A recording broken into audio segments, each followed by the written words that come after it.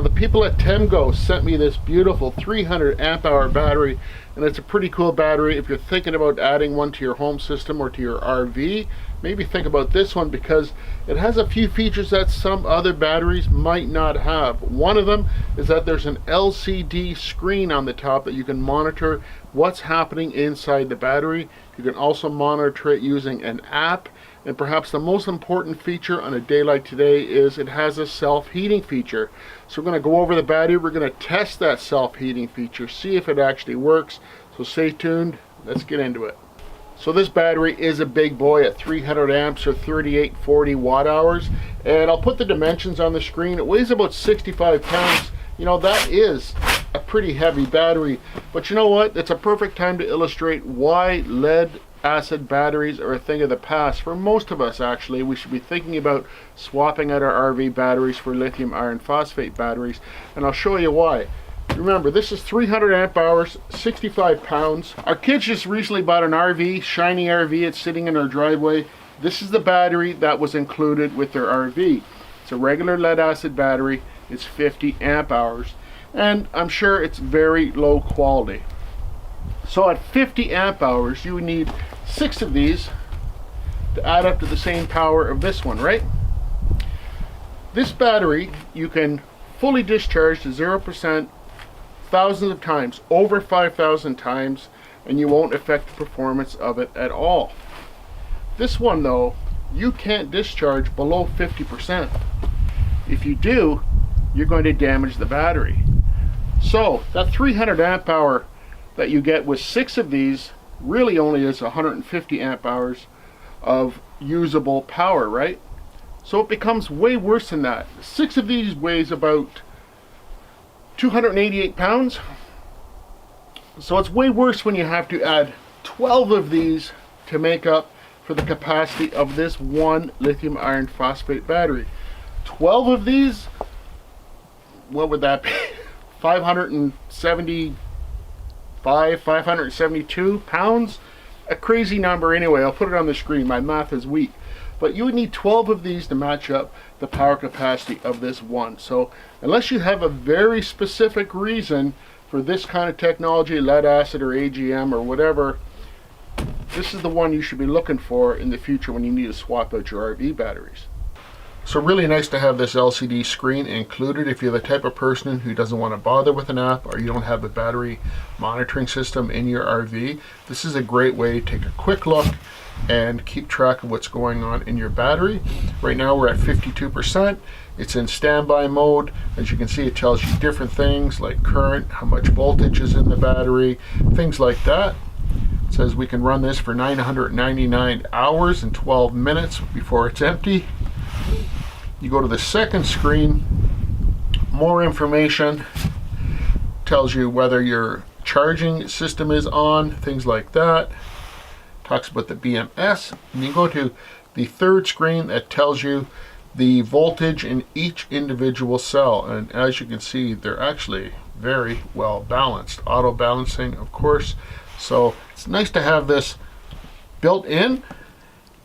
Makes things much more simple for those of us who just want to take a quick peek at the battery, see what's going on. Now the Bluetooth is very convenient, connects up super fast, tells you some of the same information that the LCD screen gives you. It tells you volts, things like that. It tells you how cold the battery is today, and that's key today because we're going to check out the self-heating feature when we charge. So as you can see, the internal temperature of this battery is minus 3.3 Celsius. So a very nice app. You can connect multiple batteries up to it. This is the one we're looking at right now. Inside this Temgo 300 amp hour battery, there's a very sophisticated BMS or battery management system that will optimize performance, but even more importantly, it's going to keep you safe. So it protects you and the battery from things like overcharging, over discharging, over current, short circuits, things like that. So These are very safe to use. You can even put them inside your RV, inside the living space. They're solid state. There's no gases to escape or anything like that. So it's very nice to see that the BMS is keeping you and the battery safe. And it also operates the low temp cutoff, and it also operates the self-heating feature. So let's talk about self-heating feature when it comes to this battery. First of all, why do you need a self-heating feature? Well, you can use these batteries to a very low temp, about -20°C or -4 Fahrenheit. So that's not the issue. The issue is when you try to charge these up at temps below 0 or below 32 degrees Fahrenheit. You will damage the battery if you attempt to charge it and it actually tries to charge at those temps. So that's where the BMS comes in. It has that low temperature cutoff. It won't allow you to charge, and it will also enact the self-heating system. So the way the self-heating system is kind of confusing for some people. I've even seen some YouTubers say that the battery itself heats itself up, brings it up to a proper temperature to allow for charging. That's not really true. The self-heating feature comes about when you try and charge it. It captures some of that power from whatever source you're charging the battery from, starts up 2 heating pads or at the bottom of this battery, and that's how the battery itself heats up, allowing you to charge. Now when the battery gets up to about 5 degrees Celsius, it's going to start that charging process. So right now we're sitting at about -3 degrees Celsius inside this battery. So we have to actually raise the battery temp internally up about 8 degrees before it will actually start charging. So that's what we're going to test today. I'm going to hook up my battery charger. We're going to see if it starts to charge the battery, because it shouldn't. It should actually start heating the battery first. So that's going to be very interesting. I'm always amazed when I do this with different batteries and it works, and I'm sure this is going to work today with this Temgo battery. So let's start. So the app is saying that this battery is -3.1 Celsius interior, so we can't charge this obviously. So we're going to hook it up, heat it up, and charge it up. Okay, so I have a pretty inexpensive battery charger here. But what you require is at least a 10 amp power source to kickstart those heating pads. And this is a 20 amp charger. So we'll connect it up.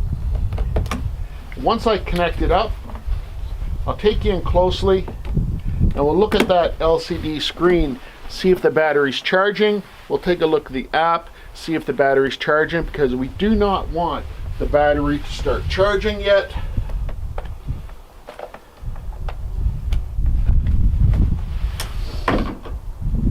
Okay.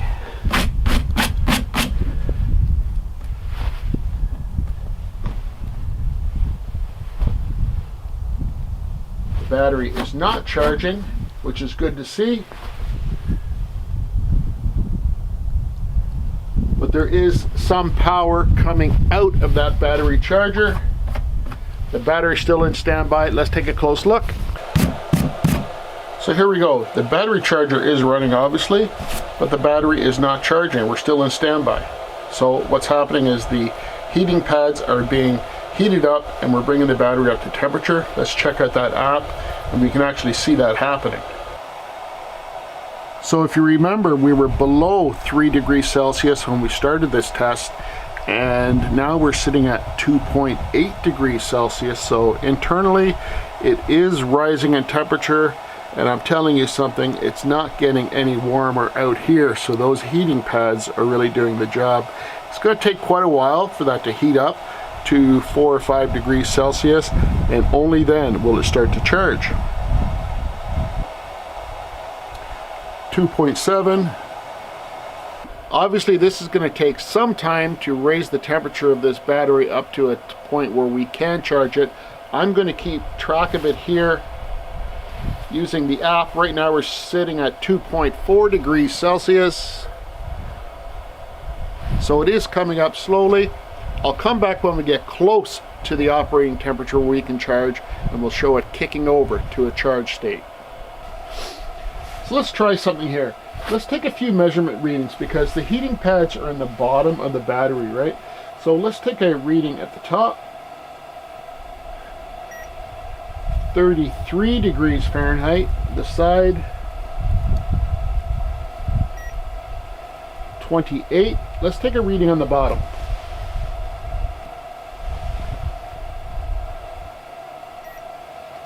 53 degrees Fahrenheit.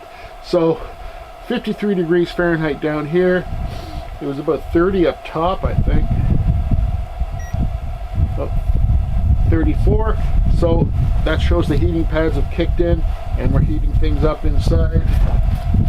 We are at 30 degrees internal, and we have to raise this internal temperature to 5 degrees Celsius or 41 degrees Fahrenheit before we can start charging.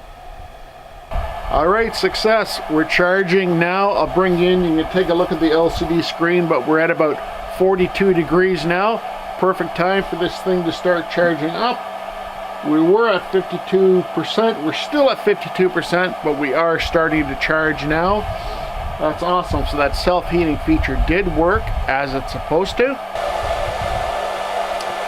So here we are, we're at 53% now, and we are charging. If you recall before, it was just saying that it was in standby while that battery was heating up. So that's awesome. We're at 43.1 degrees Fahrenheit internally, and the Temgo app agrees with that. So that's awesome. So one thing about the heating pads installed in this Temgo battery is that they do require at least 10 amps of power to engage. So depending on the day, you're likely not going to get that from a solar system if you're depending on that to charge the batteries.